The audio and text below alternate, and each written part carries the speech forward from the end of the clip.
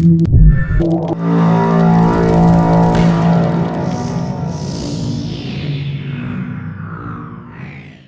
everybody, what's going on? And welcome to Guns N' Roses Central. And we've got your news recap for the week. So this is going to be my temporary home for the next little bit until we get things sorted out on the back end. So before we get started with this week's news recap, I want to let you guys know we interviewed Andy Morahan, who directed the Estranged, November Rain, Don't Cry music videos. He also did Garden of Eden, Yesterday's, and I believe he did The Garden as well. And we interviewed him on our podcast. The link is in the description box below if you guys want to go check it out. There's a lot of great stories about stuff that happened behind the scenes on some of those videos when Guns N' Roses was shooting them. Let's get started with this week's news. So one really cool thing that happened to GNR Central this week is that we were interviewed by Black Velvet Rock Music Magazine. It's a UK magazine that interviews a lot of rock musicians, does album reviews. It's primarily an online magazine, and they talked to me a couple months ago, and they said, hey, we always spotlight like a fan website for different bands, and we really like your stuff and we like to interview you. So there's an interview that I did with them. I've linked to the interview down below. They basically asked me what the channel is about, how long do I work on it per day, and why people should go visit it. So go check out the interview. I really want to thank the people from Black Velvet Rock Magazine. It was really an honor to be featured in their magazine, and they have a lot of cool interviews with some really well-known rock and roll bands. So go check out the link down below.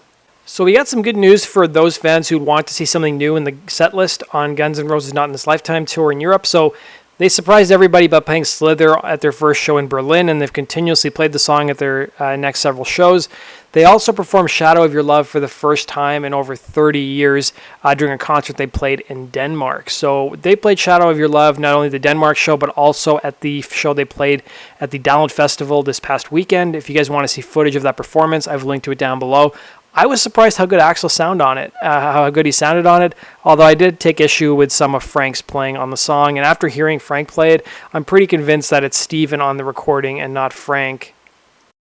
We also had some other news about the song Shadow of Your Love. So it's been rising up the Billboard charts. So when it first released, it ranked at number 31 on the Billboard Mainstream Rock charts. A week after that, it went to number 16 until finally going up to number 9. And this week, it stayed put at number 6 on the Billboard charts. And who knows, maybe it'll make the top 5 as the band keeps playing it. I haven't really heard it on the radio over here, but I did have somebody message me on Facebook. They were listening to Sirius XM radio. I think it was there's an underground channel, and he said they played a whole Hollywood Rose concert. And sure enough, he sent me the clip, and they played Shadow of Your Love as performed by Hollywood Rose back in the day.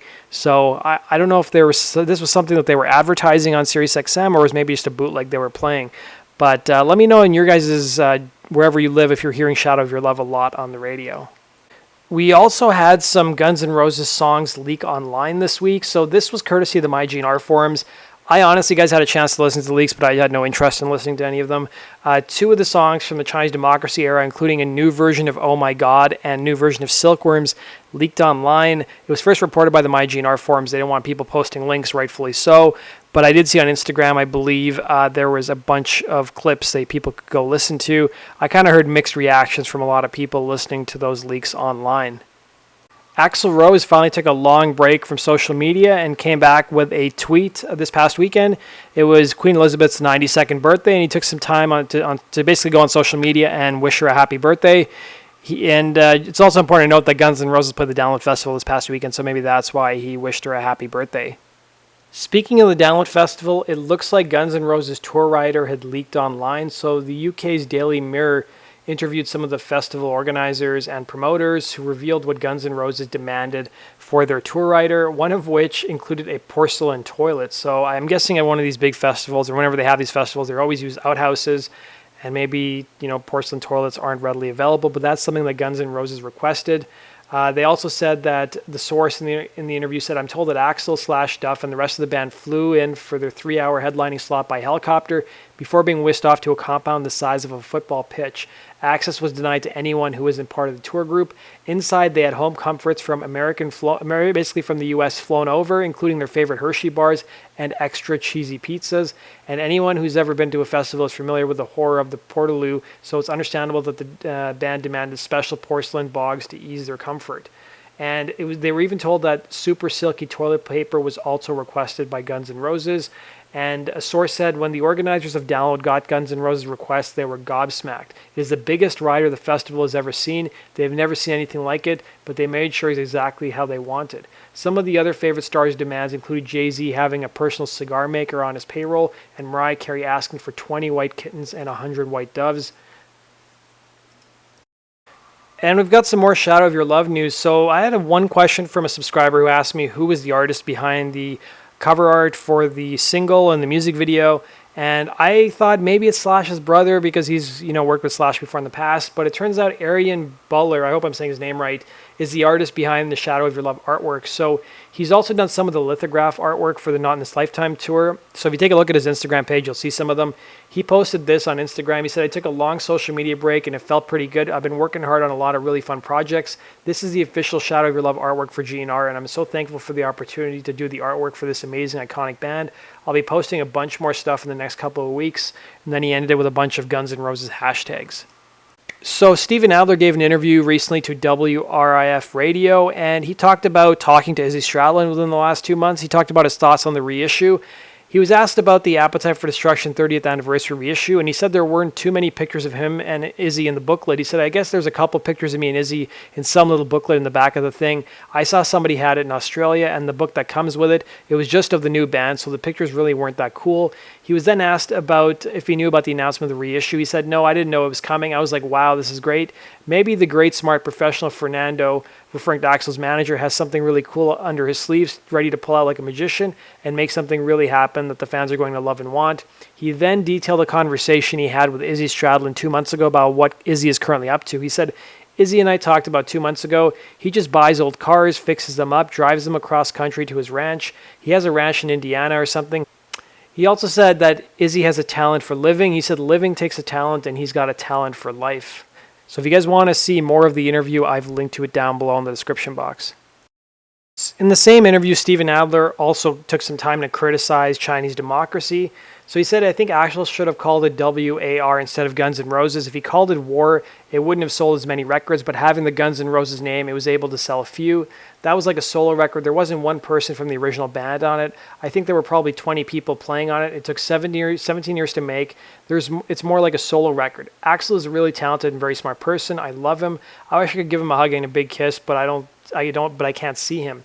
I think the music that we made in the beginning of our career is what kept the name alive, because him doing 17 years of nothing to make a record, I thought for sure that he was going to come out with Bohemian Rhapsody or The Wall or another album. I thought 17 years to make a record that is going to be Quadrophenia or Dark Side of the Moon, one of those great records, but it's just an Axl solo record. Axl's great. When you're great, you're great, but Appetite sold 100 million records, and that one sold just 500,000, so there you go.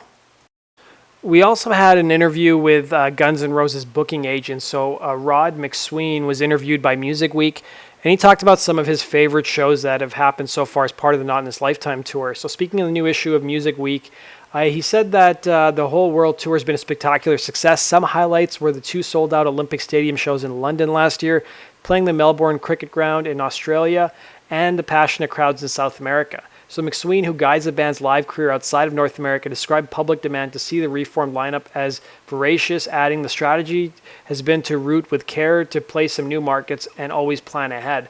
And he also talked about what to see from the upcoming download slot. There was also a super detailed interview this past week with Eric Dover, who was the lead singer of the first incarnation of Snake Pit.